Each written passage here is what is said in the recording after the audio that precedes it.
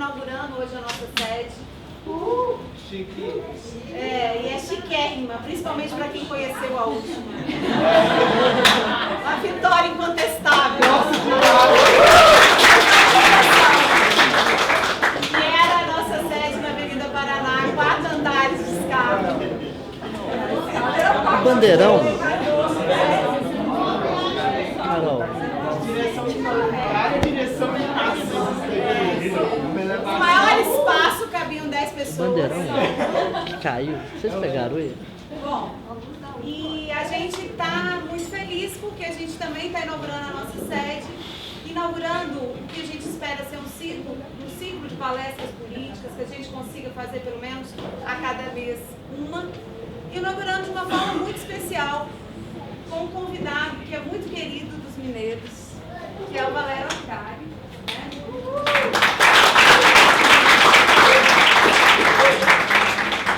Muito bom. O Valério é um companheiro que tem todo um carinho muito especial do partido, mas eu tenho certeza absoluta que ninguém no país gosta mais dele do que nós.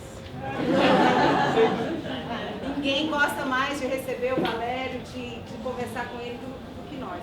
E a gente está aproveitando a oportunidade de fazer o lançamento do livro. Teve um momento hoje pela manhã na universidade, e a gente está fazendo um momento aqui agora na sede. Né? É uma palestra que vem a calhar com o lançamento do livro, porque nesse momento também a gente inicia um debate, que é uma discussão, né, com o lançamento da cartilha do PT, que Lula e Dilma estão fazendo pelo país afora, onde eles fazem o balanço deles dos 10 anos do governo, e nós achamos que é legítimo que nós, né, um partido que pretende organizar a classe trabalhadora e que resgata uma política de esquerda, faça o seu contraponto. Não dá para deixar na mão do PSDB fazer o contraponto com a política que foi aplicada no PT, pelo PT no último período. Então, a nossa ideia hoje é que o Valério faça a exposição, o lançamento, apresente. A gente está com uma ideia de fazer até mais ou menos 9 horas, um pouco a mais, um pouco a menos, a depender do debate. E após o debate, nós fizemos um jantarzinho, né, que alguns companheiros nossos fizeram. Então, a gente vai servir um jantar, né, claro, cobrando módicos R$10 pelo jantar, porque o PSTU precisa dessas arrecadações para sobreviver, e uma cervejinha após a exposição e o nosso debate. Queria convidar a nossa jovem companheira Mariá, jovem professora, nossa grande aposta, como uma figura aí para representar o PSTU, não só nas eleições, mas no movimento de mulheres, na luta dos trabalhadores, para compor conosco a mesa. E agradecer mais uma vez a presença de todos. Saber que hoje nós estamos blindados com a bandeira do PSTU, e atrás da bandeira tem uma lua linda. Vocês vão ver depois, mas ela está lá. Ela está aí? Tá. É isso, gente. Uma lua.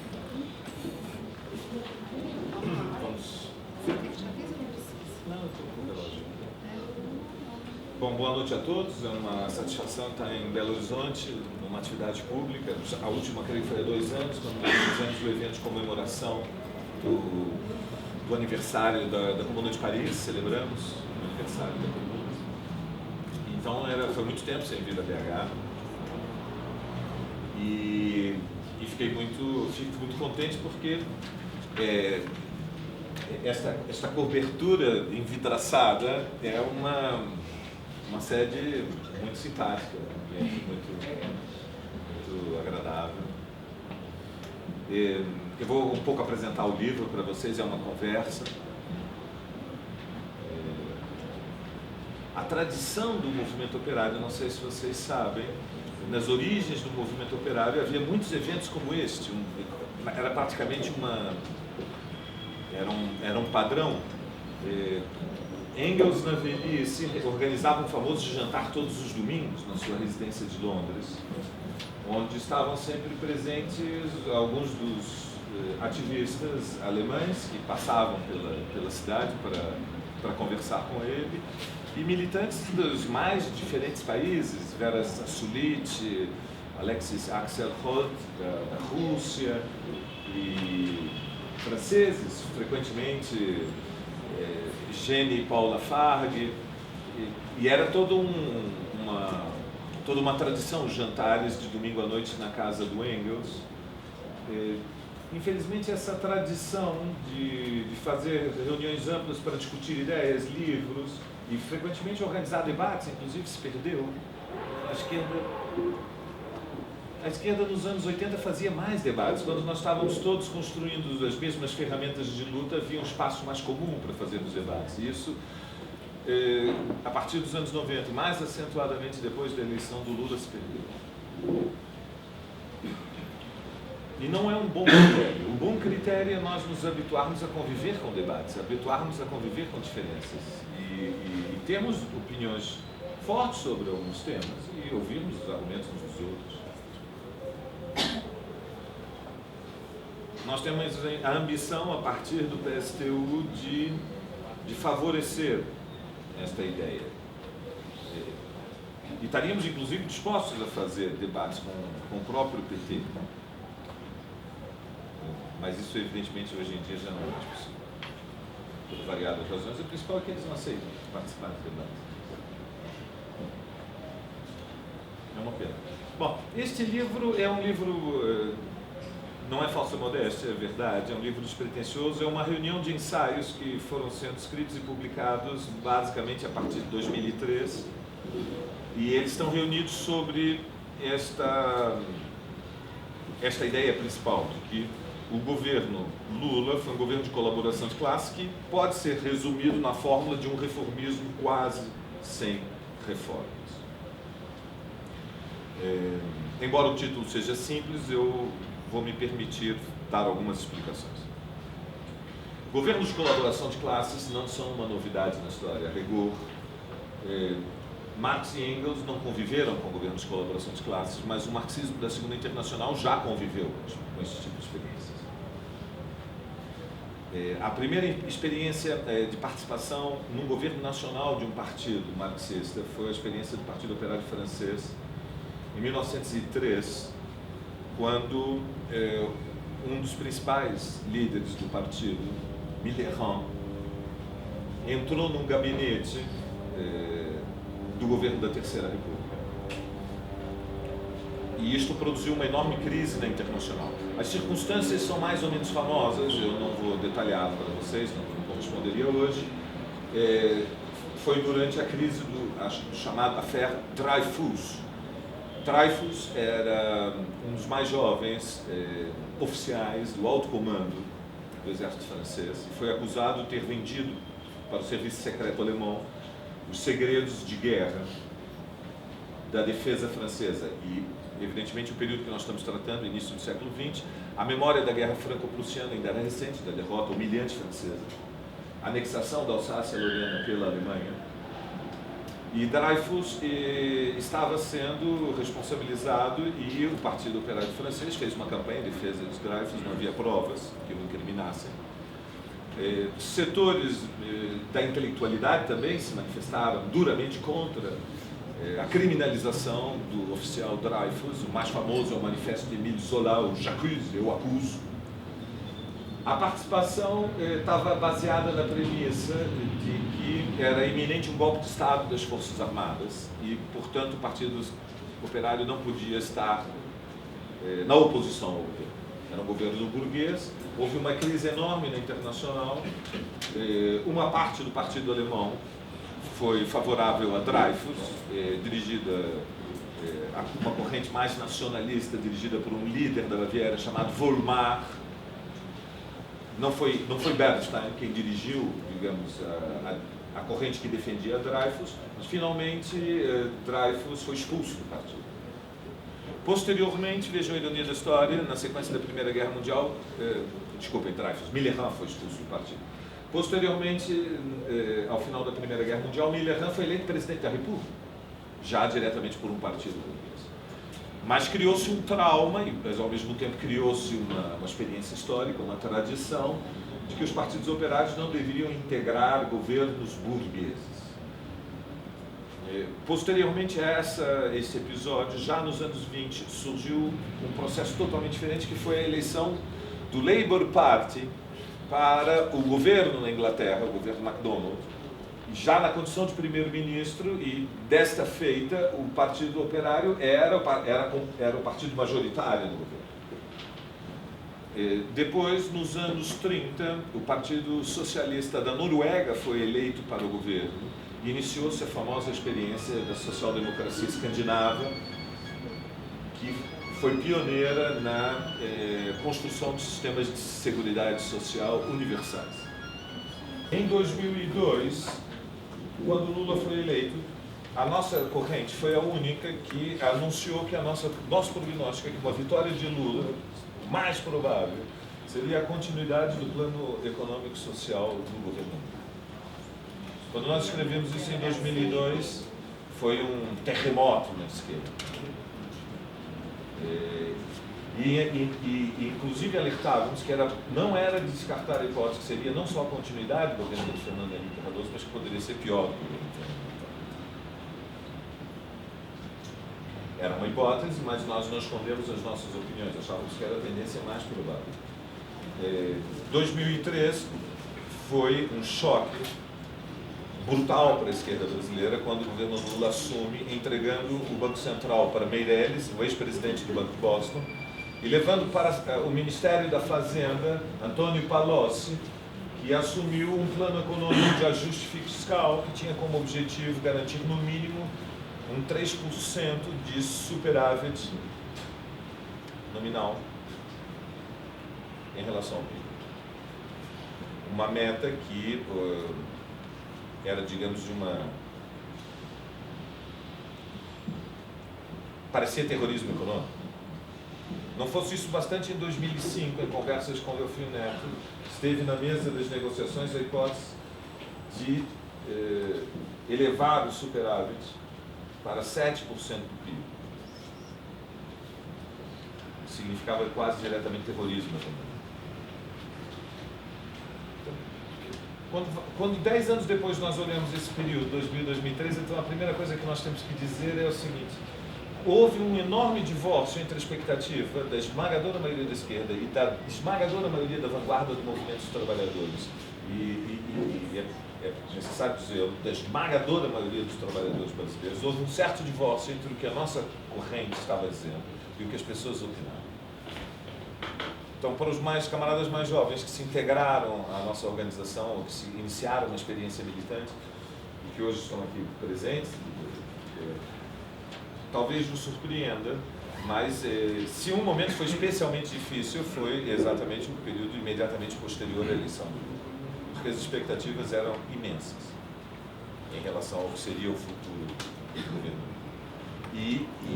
E as nossas opiniões estavam muito divergentes em relação à que a esmagadora maioria das pessoas pensavam. A tal ponto, quando se organizou o Fórum Social Mineiro, houve um famoso debate, do qual eu creio que eu só pude participar porque Dirlene arranjou uma maneira de convencer a organização de colocar na mesa, em que estava presente o presidente da CUT e o presidente da UD. Você se lembra disso?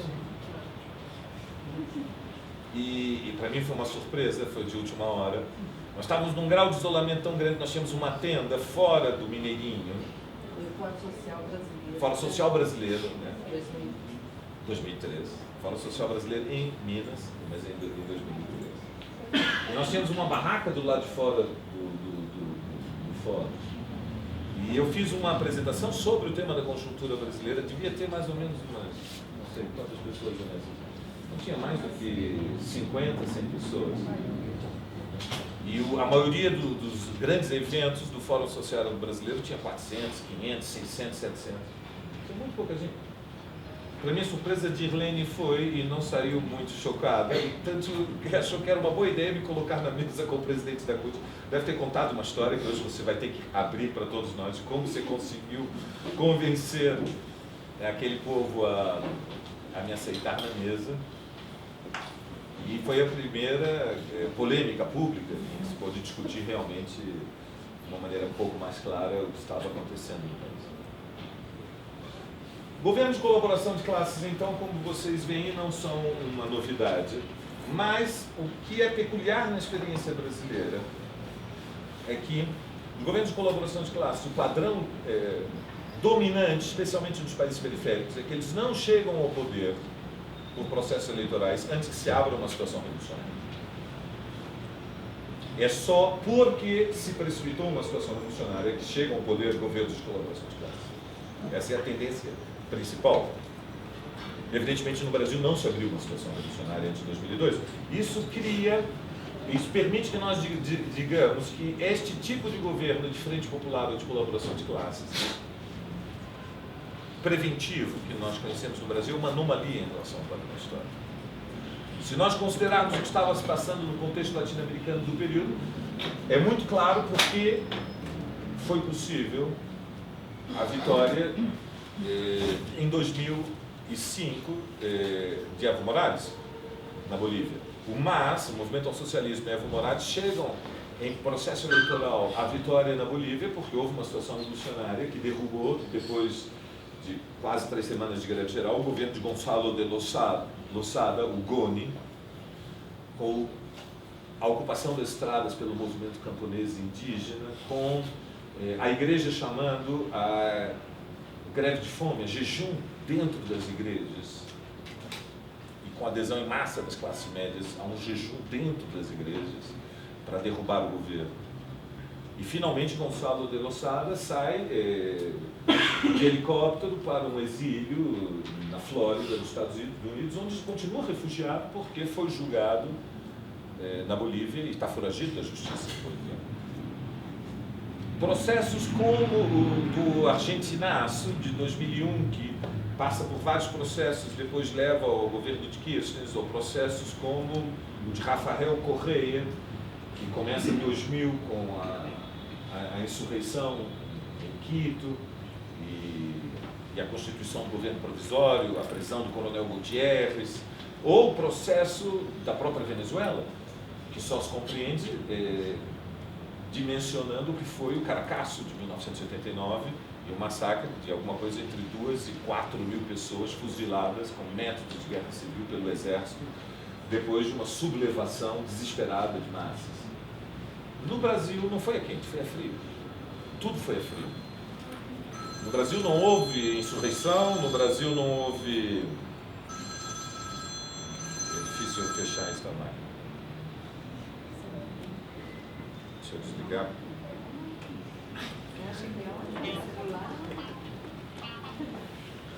No Brasil o processo foi a frio. Ao contrário, o que nós tivemos como experiência histórica que abriu caminho para a vitória de Lula e a constituição do governo de coalizão foi uma onda de lutas que começa em 77, 78 e se estende até 92. Mas Lula é eleito 10 anos depois de esgotado o impulso desta onda de luta. 10 anos, não são 2 anos. 10 anos é um intervalo histórico no qual a conjuntura brasileira já tinha se transformado, já tinha ocorrido uma inversão muito desfavorável na correlação de forças entre as classes e, portanto, há um processo eleitoral essencialmente frio.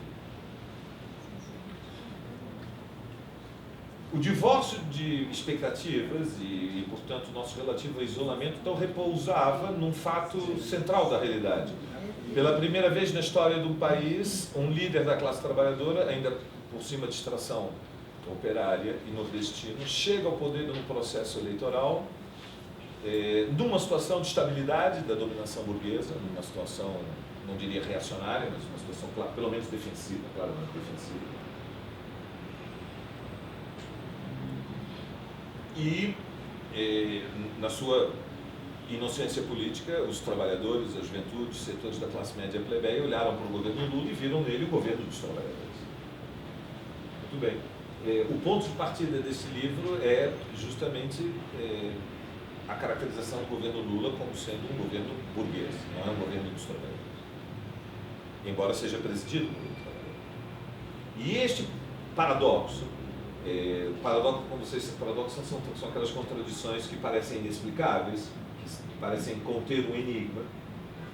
Este paradoxo, ele continua tendo um efeito importante no mundo, né?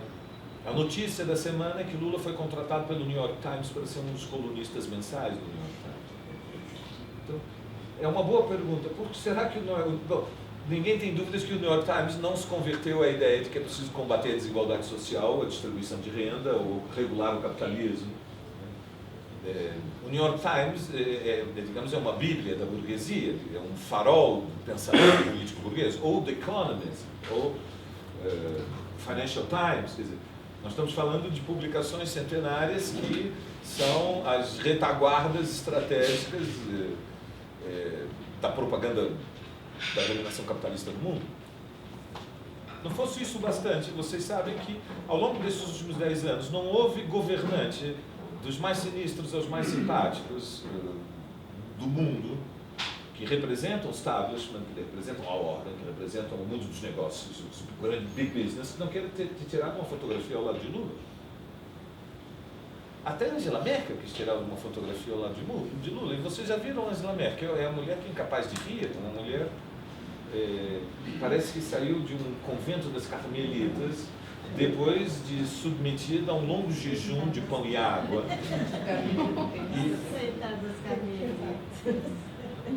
Eu tenho um problema com as Carmelitas. É uma das minhas preferências. Eu fico logo meio morado quando eu sacaneio as Carmelitas. O convento das Carmelitas foi o último grande propriedade com escravos na cidade de São Paulo. E o meu primeiro trabalho de investigação histórica no Brasil foi acidental. Eu tinha que cumprir um plantão no arquivo e descobri que foi quando foi abolida a escravidão no Brasil, a única propriedade dentro da cidade que tinha mais de 100 escravos era o convento das Carmelitas, onde foi construída depois a PUC de São Paulo.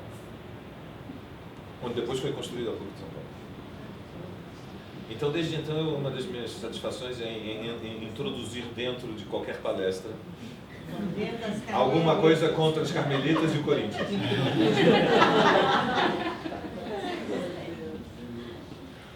Non è vero, ma viene trovato, né? Ela certamente não veio do convento das Carmelitas, como sabem, ela veio da Alemanha Oriental, a Angela Merkel. Mas a Merkel não dispensou a fotografia com Lula. O George W. Bush, que é um líder político que desafia o ateísmo, e o diabo distinto é mais provável que exista Deus. Então ele é um desafio ao ateísmo. Ele conseguiu construir a guerra mais absurda dos últimos 150 anos. Ele inventou que no Iraque havia armas de destruição de massas e foi responsável por uma ocupação militar justificada em torno de uma fraude ideológica, como não ocorreu a ninguém nos últimos 150 anos. A ninguém. Isso é George W. Bush visitou o Brasil, foi recebido na Granja do Torto por Lula, convidou um infeliz que tinha sido membro da executiva da CUT, o Lorenzetti, que aparentemente faz um churrasco de costela, que faz a delícia de todos os burocratas sindicais, e ofereceram um churrasco de costela para o George W. Bush na Granja do Torto, com a família, todos de chinelo de dedo. Então há duas hipóteses. Ou George W. Bush, o New York Times, Davos, The Economist e Merkel, todos estão enganados. Ou não há nenhuma razão para o capitalismo ter alguma preocupação com o PT, com o Lula. Ao contrário, devem estar gratos. E é assim. Na verdade, o que eu tento, digamos, explicar neste livro é porque com o tempo, e com mais tempo vai ficar cada vez mais claro, por que a burguesia brasileira tem razões para ter uma enorme gratidão em relação ao que foram estes anos dos governos de coalizão dirigidos pelo PT. Que um governo seja liderado por um operário não faz dele um governo dos trabalhadores, pela mesma razão que se um governo for liderado por um arcebispo da Igreja Ortodoxa, como foi, por exemplo, o governo de Chipre, por Macários, quando era jovem, o arcebispo Macários, que usava aquele uniforme esquisitíssimo dos bispos da Igreja Ortodoxa grega, ele se vestia de negro com um chapéu alto, parecia uma figura diretamente saída do século XVI, e ele era um dos líderes políticos mais influentes na Europa Ocidental. Mas o fato de ele usar aquele uniforme pitoresco, extravagante, não fazia que ele fosse um representante de Deus sobre a Terra. O uniforme, a origem social dos líderes não nos diz quase nada sobre a natureza social de um governo. E para um marxista, para qualquer tendência marxista, a análise do governo tem que ser fundamentalmente uma análise de classe. Governa ao favor de quem? Esta é a análise que digamos, é a coluna vertebral, metodologicamente é a questão central. Naturalmente o PT e todos os seus satélites políticos querem responder a qualquer pergunta menos esta. Governa a favor de quem? A sua resposta é uma resposta cretina. A resposta é governa para todos. Bom, esta resposta ela pode ter um efeito na televisão porque ela tenta dialogar com a ingenuidade política do povo, mas ela não tem sustentação em nenhum debate sério. Porque todos nós sabemos que não se pode governar a favor de todos ao mesmo tempo. Esta é uma sociedade submetida a uma clivagem de classes que é irremediável, inescapável, e, portanto, se não governa contra o capital, governa a favor. Não se pode agregar, digamos, não se pode contornar este desafio. Este desafio é incontornável. O balanço desses últimos 10 anos, ao contrário do que pensa o PT, e ao contrário do que os seus publicitários escreveram na cartilha dos 10 anos, que não sei se já tiveram a oportunidade de ler, o balanço da experiência do governo do PT, na nossa opinião, é devastador. Neste intervalo histórico, o governo do PT pagou, através do serviço da dívida pública, ao sistema financeiro brasileiro e aos agiotas internacionais, que trouxeram, em média, alguma coisa que oscilou entre 30 e 60 bilhões de dólares ao ano para cobrir o balanço de pagamentos, as contas externas do país, centenas e centenas e centenas de bilhões de dólares, superando o trilhão de reais. Ou seja, o governo de Lula e agora o governo Dilma pagou o sistema financeiro mais do que o governo Fernando Henrique tinha pago. Mais, não menos, mais. Ao longo deste intervalo histórico, os bancos tiveram lucros como nunca tiveram na história do capitalismo brasileiro. Ao longo desse intervalo histórico, realizaram-se fusões entre os grandes grupos capitalistas e o capitalismo brasileiro se transformou numa das meninas dos olhos do investimento internacional. Vocês talvez fiquem surpreendidos e não saibam, mas depois da China, o segundo maior de destino, à exceção dos movimentos de capitais entre os países centrais, entre a Europa, os Estados Unidos e o Japão, o segundo maior destino de investimentos estrangeiros no mundo é o Brasil. E é só assim que se fecharam as contas externas, de resto. Porque depois de um período que vai fundamentalmente de 2004 a 2008, é um período que há superávit nas contas externas, já voltamos a ter o déficit crônico das contas externas, e esse ano talvez se supere os 100 bilhões de dólares de buraco nas contas externas.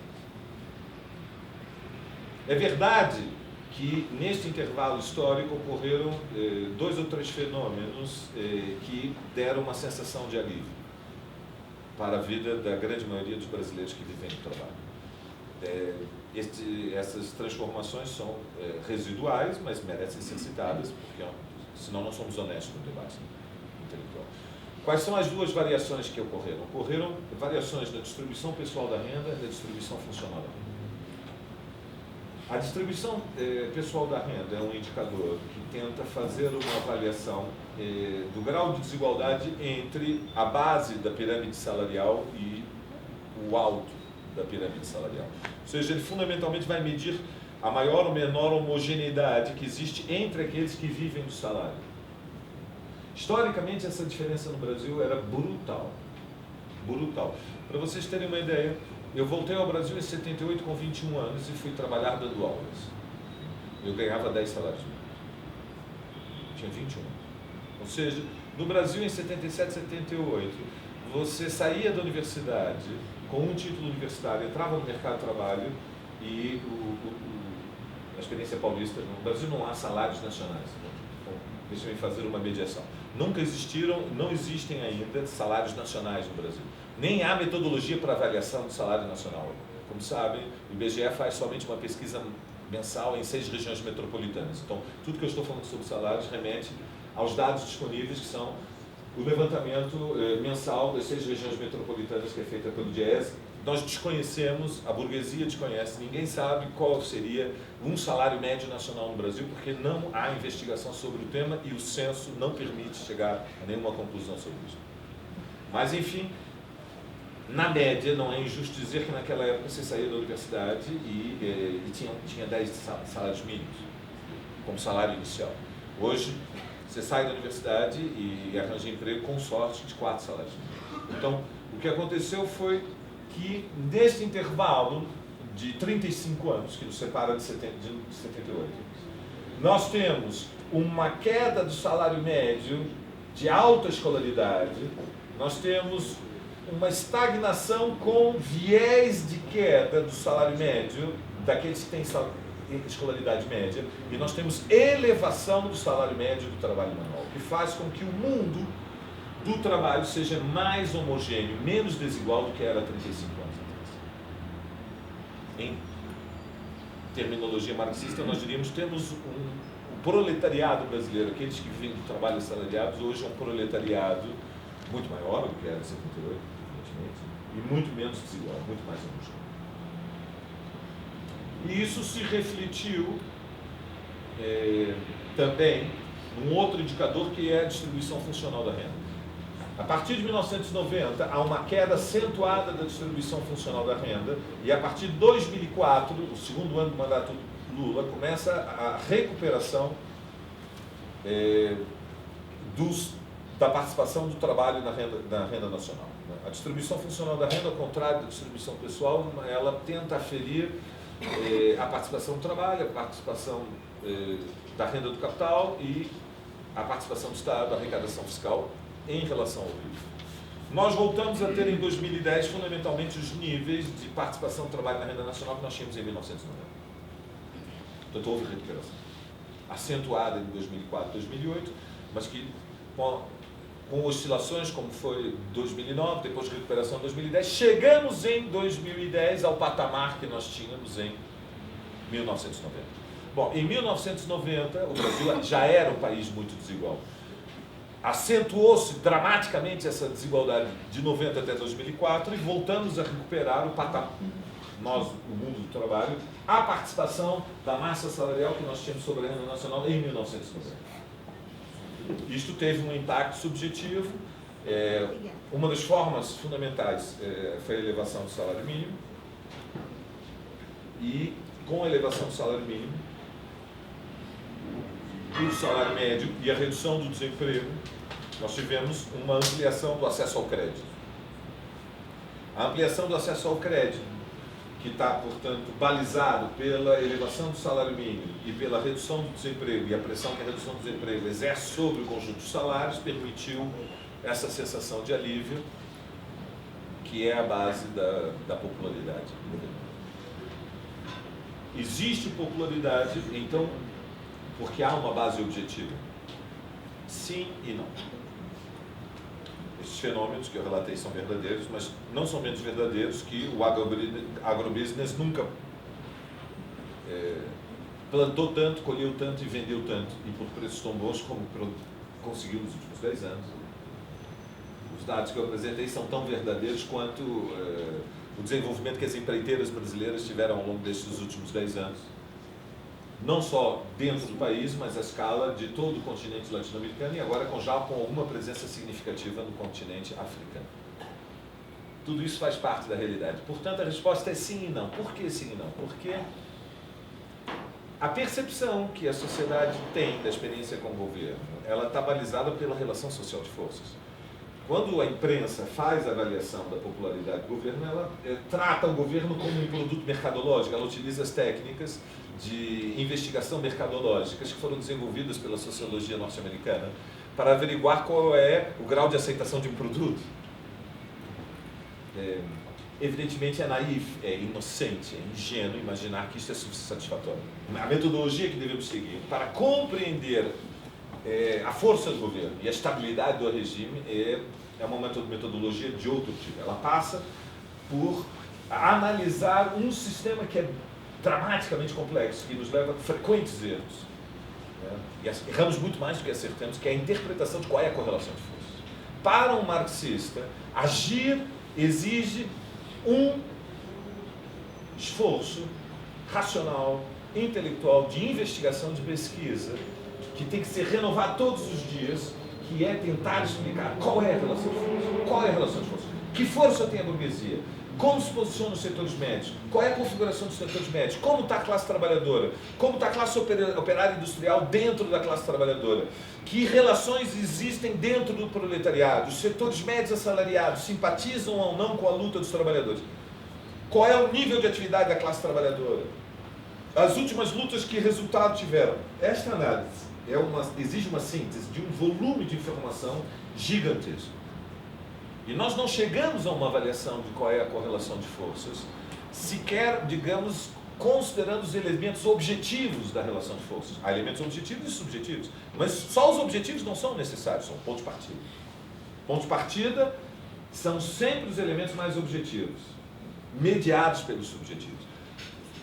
Nos objetivos nós vamos considerar qual é o tamanho da classe trabalhadora, quantos estão desempregados, quantos estão na ativa, qual é o tamanho da classe operária industrial dentro da classe trabalhadora, quantos estão sindicalizados, qual é a proporção de sindicalizados nos setores médios e nos setores do trabalho manual, que grau de organização política tem os trabalhadores, quem são as lideranças que eles respeitam.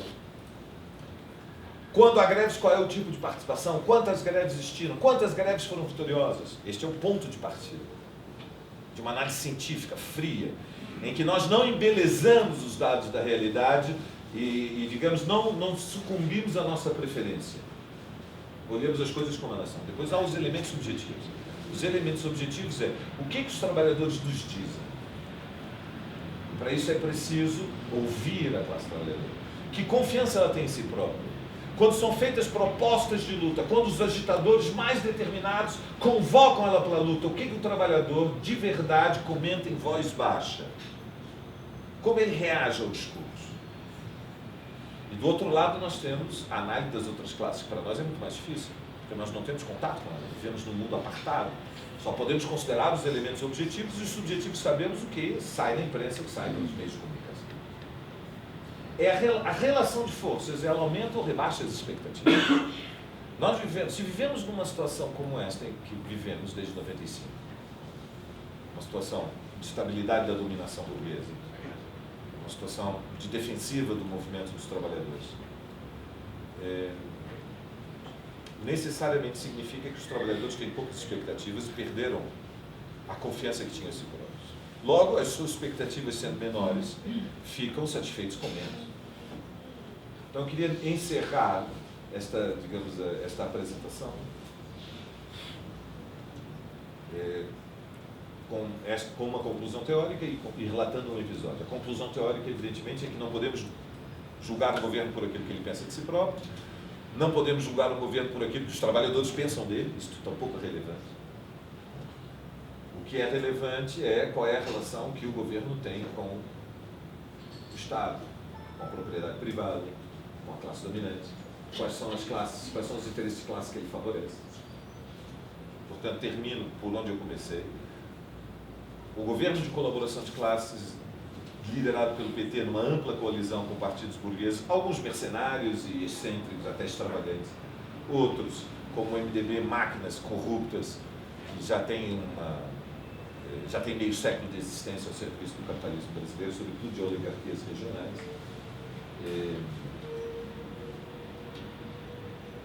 Ele é responsável por isso, pelo esse retrocesso na consciência e esse rebaixamento geral das expectativas, que é uma das razões pelas quais ele tem apoio. Bom, o episódio que eu quero vos relatar, talvez seja ilustrativo, remete a este tema das expectativas rebaixadas. E como nós não devemos, digamos, nos deixar enganar ou iludir pelas expectativas rebaixadas. Para vocês verem o contraste das circunstâncias. Em 1992 foi a última vez que o povo brasileiro foi às ruas para tentar derrubar um governo. Saiu às ruas para derrubar o governo. Houve um enorme comício no Anhangabaú. E talvez vocês não saibam, o episódio foi silenciado em grande medida, mas é um episódio muito divertido, eu acho. Havia uma concentração no Anhangabaú com centenas e centenas de milhares de pessoas, A fotografia aérea sugeria que havia alguma coisa próxima a 1 milhão de pessoas. O Engabaú completamente tomado. E em determinado momento, o comício está sendo agitado, tem várias intervenções. Em determinado momento, Orestes Quércia se aproxima do palanque e vai falar. Quércia tinha sido governador de São Paulo de 86 a 90, eleita a cavalo do plano cruzado, e tinha depois eleito Fleury, seu sucessor. E Quércia, portanto, tinha vivido um desgaste político muito acelerado, simultaneamente ao desgaste do Sarney. Ele evoluiu mais ou menos da mesma maneira. Quando Quércia aparece no palanque, começa uma onda de uma vaia gigantesca. Vocês imaginem o que é um comício político com centenas de milhares de pessoas, quase 1 milhão de pessoas, e há uma vaia, mas que faz tremer o teatro municipal, as palmeiras imperiais tremem. Né? E o Quércia tremeu. E olha que ele era um líder burguês, digamos, um profissional, né? Vinha de Pedregulho, não tinha origem burguesa. Ele até tinha uma origem pequena burguesa, digamos, o pai era proprietário de fazenda, mas uma pequena fazenda. E o Quércia, digamos, vacilou, né? Se urinou todo. O Lula abraça o Quércia, avança para frente do palanque e se dirige à multidão. Agora quem vos fala é o Lula, sou eu que me dirijo a vocês. Silêncio. Sim, para verem a autoridade. E começa um discurso explicando que grande que era o Quércia, por que todo mundo tinha que fazer silêncio piu-piu, e puxou a orelha da multidão, se dirigiu à classe trabalhadora e educou a classe trabalhadora de que tinha que ouvir o Quércia. Como era isso? Se o Quércia estava a favor do impeachment do Collor, não íamos falar. Por que íamos falar? Bom, o Quércia e o Fleury tinham feito tudo para proteger o Collor até o último dia. Vocês conseguem imaginar, já viram a Clara do Fleury? Fleury é o cara que está comprometido com a invasão do Carandiru. O Fleury não tinha absolutamente nada a ver com a campanha pelo Fora Collor, não tinha absolutamente nada a ver com a mobilização estudantil que detonou o processo, e até o último minuto estava abraçado com o Collor, defendendo a estabilidade do regime político.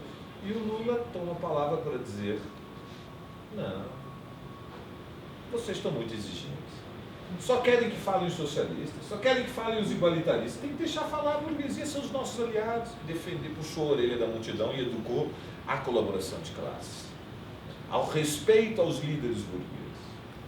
Expectativas eram elevadas, a multidão ficou muito contrariada, evidentemente, mas Quércia fez uma intervenção de 2 minutos e o comício seguiu, até que chegou a hora do Lula fazer o discurso incendiário: vamos derrubar a Collor, etc. Evidentemente, nós, naquele período histórico, estávamos vivendo justamente no momento da máxima crise da convergência, uma das organizações que originou o PSTU na relação com o PT. E nós sabíamos, o que a multidão não sabia, que a direção do PT tinha votado contra a campanha pelo Fora Collor no seu primeiro congresso 6 meses antes. Não é que... Compreendem? Não é que votou 3 anos antes, 2 anos antes, 1 ano antes. Não, votou 6 meses antes. O Congresso tinha sido em dezembro de 91 e nós estávamos em início de setembro de 92. E votou contra a campanha do Fora Collor, argumentando que era uma campanha golpista, que tínhamos que respeitar o calendário eleitoral. Eu me lembro de uma reunião da Executiva Nacional, nesse momento participava da Executiva Nacional do PT, em que o Mercadante, com o dedo na cara, levantou a voz para dizer: a vossa proposta, Valéria, é uma proposta golpista. Vocês não respeitam o calendário eleitoral, isto vai se voltar contra nós, porque nós vamos vencer as eleições de 94, mas temos que ter paciência, temos que esperar a nossa hora, temos que segurar as nossas tropas, temos que acumular forças, e em 94 nós venceremos e não daremos pretexto para que façam contra Lula o que vocês, os trotskistas, querem fazer contra Collor. E se a direção do PT vacilar, havia hesitações. Se aqui alguém vacilar, saiba o que está preparando. É a sabotagem, é a subversão do governo Lula. Lula não vai poder governar, vai ser pior do que a Allende. Um terrorismo, parecia que vinha um golpe de Estado. E vocês sabem como é a paixão política. Um líder político com argumentos e com algum repertório, diante de outros líderes que têm menos instrução, pode ter um impacto devastador. Eu tomei a palavra e disse: Ninguém no Brasil até hoje tinha imaginado a possibilidade de um golpe de Estado. Ninguém dos mercadantes, que está tomando algum remédio fortíssimo antes de vir para as reuniões. Mas um psicoativo poderosíssimo. Eu compreendo, há muito sofrimento mental, eu vejo no seu rosto muito sofrimento mental, eu respeito isso. Mas não há nenhum golpe de Estado. O que há é um movimento real que está levando dezenas de milhares de estudantes às ruas e nós podemos ou não liderar esse movimento. É tão simples como isso. Collor está por um fio que você está dizendo que nós não podemos empurrá-lo para derrubá-lo. Então vocês imaginem a nossa... Passam, digamos, 3 meses depois, essa discussão é uma discussão que se dá em fevereiro, março, abril de 92. Estamos em setembro, eu estou ali cercado por 1 milhão de pessoas e fico pensando, mal eles sabem que estes generais todos eram contra isto até 4 meses atrás. Mas as expectativas eram tão grandes, tão grandes, tão grandes. Aquela massa mobilizada, aquela juventude, estava tão à esquerda, mas tão à esquerda das suas representações políticas, que empurrava as suas representações políticas para a esquerda. Entende? Então, a experiência dos últimos 10 anos, esta dialética da relação das massas com os seus instrumentos políticos se inverteu. Como sempre na história. A dialética é um processo infernal, né? Como tudo se transforma no seu contrário. Nas situações reacionárias, nas situações mais defensivas, dá-se a dialética exatamente invertida. A relação de forças é tão desfavorável que as massas estão muito à direita da vanguarda. A vanguarda está à direita dos partidos de esquerda. Os partidos de esquerda, a base dos partidos de esquerda, está à direita das suas direções. Tudo está deslocado à direita, porque isso é a consequência da correlação de forças desfavorável. Então nós temos uma situação hoje no país que é curioso, vejam vocês. É uma situação em que a dominação burguesa é tão estável que as massas estão com tão pouca confiança na sua disposição de luta. Perderam de tal maneira a confiança na sua disposição de luta. O grau de atividade sindical comparativo ao que foi o período de 78, 95 é tão pequeno que nós estamos vivendo um dos períodos de maior isolamento político da nossa história.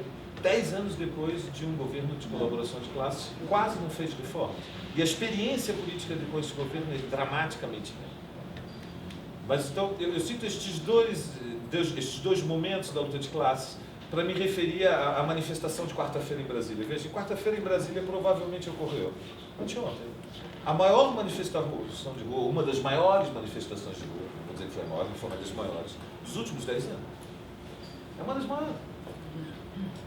Nós depois vamos ver as fotografias, vamos ter os dados mais precisos, que contam quantos foram, de quantos estados, de quantos sindicatos, de quantos segmentos. Mas como manifestação em Brasília foi uma das maiores dos últimos 10 anos. Está na escala de dezenas de milhares.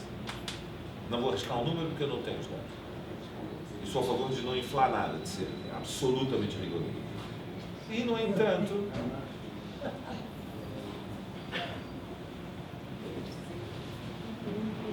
é uma manifestação claramente de vanguarda, com a vanguarda e para a vanguarda. É quase como se estivéssemos fazendo uma ação de vanguarda para fazer agitação sobre as massas. E agora temos todo um trabalho que é de divulgação da marcha para poder impactar a marcha sobre a consciência das massas. Para mostrar algo que é muito poderoso, mas que ninguém percebe, que é possível lutar. Por isso dizemos a marcha, para provar, é possível. Não estão todos apoiando o governo. Há uma oposição de esquerda, há um setor do movimento operário, do movimento de mulheres, do movimento de juventude, do movimento pela moradia, do movimento dos sem terra, que diz não, que está disposto a ir às ruas. E aconteceu algo muito simbólico nesta marcha. Não só foi uma das maiores, mas há muito tempo que a CSP com Lutas não fazia uma ação comum com o MST nas ruas. E nós marchamos juntos com o MST. O que é uma sinalização do MST para a CSP com Lutas. Uma sinalização. Mas o nosso grau de isolamento é muito grande. Porque nós estamos muito à esquerda de onde está a classe trabalhadora. Muito à esquerda. Evidentemente, a tendência da evolução da situação brasileira é hoje de outra dinâmica. Então eu vou terminar agora fazendo uma projeção. Não há nenhuma análise é verdadeiramente marxista se ela não termina fazendo prognósticos, sabiam disso? Eu, quando comecei a militar, numa das primeiras reuniões que tive com o Moreno, fiquei impactado porque ele disse algo muito simples que eu nunca esqueci. Ele disse: Valério, toda reunião verdadeira entre revolucionários trabalha com um cenário de perspectivas e uma divisão de tarefas. Se a reunião terminou e não há cenário de quais são as hipóteses mais prováveis, entre as mais prováveis, qual é a hipótese que nós apostamos e como vamos fazer para acelerar a história, como dividimos o trabalho, o que cada um faz. Se a pessoa sai da reunião e não sabe, meu projeto é esse, a minha tarefa é esta, não foi uma boa reunião. Então, hoje a tarefa, já sabem, é devorar o jantar que o Samuel preparou para nós. Então, nós já temos a tarefa, só me resta apresentar o prognóstico. Temos uma tarefa simples: honrar o talento dos... Vocês sabem que o Samuel tem uma mão milagrosa na cozinha. Portanto, se vocês estão esperando o cachorro quente, vão ser surpreendidos, porque vai ser em mais alto nível. Mas então vamos aos prognósticos. Qual é a dinâmica desta experiência histórica? Bom, o que os últimos 10 anos demonstraram é que, num contexto de crise maior ou menor do capitalismo, mais acentuado depois de 2008, o espaço para reformas era muito reduzido. Viram que eu fiz um título cauteloso, eu pus o quase. Já fui muito criticado pelos nossos camaradas mais ultras, que acham que isto quase é uma concessão exagerada. Não devia ter quatro, devia ser só um reformismo sem reformas. Qual é o cenário? As hipóteses mais prováveis. Bom, como sempre, nós partimos da realidade internacional. Não há nenhuma sinalização que a crise aberta em 2008 tenha se esgotado. Ao contrário, vocês viram que mesmo nos Estados Unidos, onde tinha se iniciado uma certa recuperação econômica, os indicadores do primeiro trimestre todos foram negativos, surpreendentemente negativos: redução da abertura de empregos, desaceleração econômica, redução de investimentos. Não sabemos que vai ser o segundo trimestre, portanto não é possível permitir, não dá para tirar conclusões sobre a situação norte-americana. Havia uma recuperação em movimento, tiveram um trimestre terrível, o primeiro, pode ser que seja confirmado o segundo, pode ser que não, mas podemos com prudência dizer que não está consolidada uma recuperação, uma dinâmica de recuperação da economia norte-americana. Isso não está consolidado. Segundo lugar, ou seja, está impactando sobre a economia norte-americana a crise europeia. Segundo, a crise europeia se aprofunda, né? Os números do primeiro trimestre são dramáticos. Não só o desemprego se acentuou qualitativamente na Península Ibérica e na Grécia, mas ele aumentou também na própria Alemanha, aumentou na França, aumentou no Reino Unido. Então, os indicadores para a economia europeia são todos de esfriamento, portanto, desaquecimento, são de estagnação econômica. Então, o Japão, como viram, tomou uma medida de emergência, mais uma. O Banco Central japonês resolveu mimetizar a experiência do Banco Central norte-americano e foi para uma linha de relaxamento monetário, ou seja, decidiram pôr a máquina de imprimir ienes para funcionar e agigantaram a dívida pública. Portanto, vão a uma financiarização crescente, endividamento crescente do Estado. Então, digamos, o instrumento econômico-chave que permitiu evitar a depressão, que foi injetar mais liquidez para combater a liquidez, jogar mais dinheiro no mercado, baratear o custo do crédito para tentar favorecer o aumento do consumo, o endividamento e o investimento, não foi suficiente. A economia brasileira, como sabem, vem de 2 anos de estagnação, de 2011 e 2012. Nós tivemos redução, inclusive, do PIB per capita. Tivemos redução do PIB per capita, tivemos viés de baixa do PIB per capita nos 2 primeiros anos do governo Dilma. Não há nenhuma sinalização que este ano vá ser diferente. Vocês lembram-se que o Manteiga passou o ano inteiro tranquilizando que o mês que vem volta a crescer, o mês que vem volta a crescer, o mês que vem volta a crescer, até que no final do ano ele disse este ano não deu, mas o ano que vem dá. Estava mais ou menos como o Scolari, quando estava como técnico do Palmeiras, né? O mês que vem, caímos para a segunda divisão. O certo é que o cenário econômico sugere que a bonança que favoreceu, a bonança internacional que favoreceu o governo Lula em 2004 e 2010 está esgotada. Segundo elemento, parece haver sinais de certo esgotamento da paciência nos setores organizados da classe trabalhadora. Começa a haver indicações de sinais de esgotamento. Há uma onda nacional de greves de professores nesse momento no país. Não está em greve só São Paulo, mas a greve de São Paulo não é uma greve menor, evidentemente, é uma greve muito importante. Uma greve de 240 mil professores que começou com índices próximos a 50%, que é um início espetacular para São Paulo. Lembre-se, em São Paulo já foi aplicada uma reforma administrativa da meritocracia. Portanto, quem faz greve perde o 14º ou até o 15º salário. Portanto, são 1 ou 2 salários que se perdem pelo fato de fazer greve. Começar uma greve com índices próximos de 50% é muito significativo. Nós não podemos, portanto, ainda falar de uma onda nacional de lutas, mas podemos dizer que alguns setores organizados começam a fermentar sinais de certo mal-estar. Por outro lado, é mais ou menos claro que há tempestades nas alturas. Isto faz parte da análise da correlação de forças. O ambiente em que nós vivemos nos últimos 10 anos foi um ambiente de quase emblocamento com o governo Lula, deixando praticamente o PSDB e finalmente quase só o PSDB de Minas, né, na oposição ao governo Lula. E a situação hoje é muito diferente. Há uma antecipação da campanha eleitoral para 2013 e há um posicionamento de vários candidatos para forçar uma ida das eleições de 2014 para o segundo turno. A movimentação do Eduardo Campos, o lançamento da candidatura de Marina, o Serra se mexendo com o partido do Kassab e uma certa crise dentro do PSDB em torno da candidatura de Aécio, que tem que tomar iniciativa. Então, há tensões na altura que se expressam também nas tensões entre o Congresso Nacional e o Judiciário. Subiu a temperatura essa semana em torno de 2 ou 3 temas mais ou menos sérios. A interpretação da lei de partidos, portanto, de como se divide o fundo partidário, fundamentalmente como se divide o tempo de televisão. A interpretação sobre se o Supremo é o tribunal de última instância de julgamento da constitucionalidade ou se deve haver uma realmente última instância de julgamento da constitucionalidade que passaria por uma nova votação do Congresso Nacional ou até por plebiscito e referendo popular. Que é um movimento que foi feito pelo PT e pelo MDB na Comissão de Justiça, cujos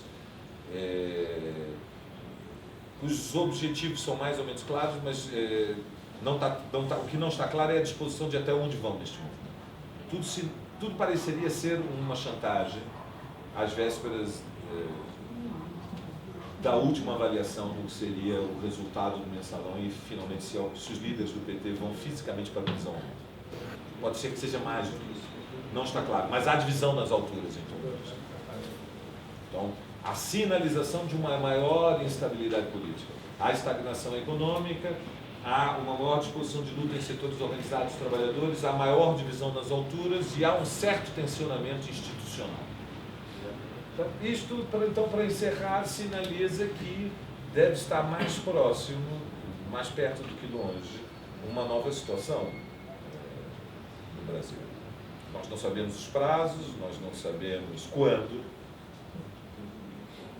O que nós sabemos é que é muito improvável que as condições que permitiram a relativa estabilidade desses 10 anos se mantenham por um prazo muito mais longo. E, portanto, nós estamos convencidos que aqueles que mantiveram uma militância com persistência, com dedicação, com abnegação, com coerência ao longo destes últimos 10 anos, já fizemos a maior parte do caminho através do deserto. Acho que a maior parte da caminhada, Vanessa, já ficou para trás. Mas como vocês têm pernas fortes, porque passaram anos subindo os 4 andares da sede antiga, estão preparados agora para quando começarem a haver ventos mais fortes, quando mudar a lua, quando a maré subir, estão preparados para segurar o remo, para levantar as bandeiras e para dar mais calma. Bom, obrigado pela vossa atenção, pela vossa paciência.